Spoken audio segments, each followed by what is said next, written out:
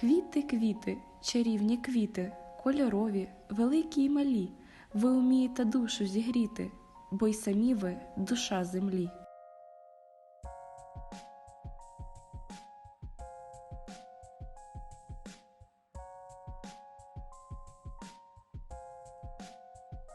Кімнатні квіти я люблю, то пещу їх, то поливаю, то з ними тихо говорю, то їм пісні на сон співаю.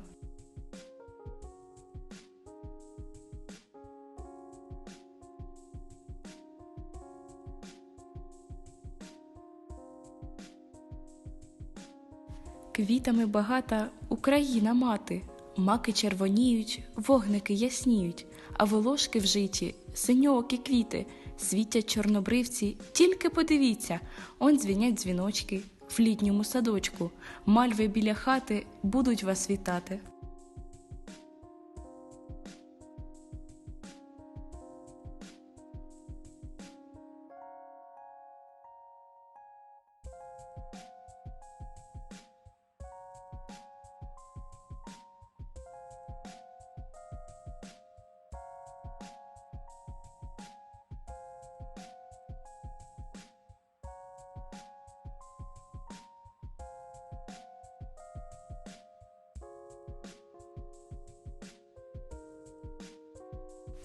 Які дивовижні ці квіти, у кожній чарівність своя, всі різні, та що й говорити, у квіти закохана я.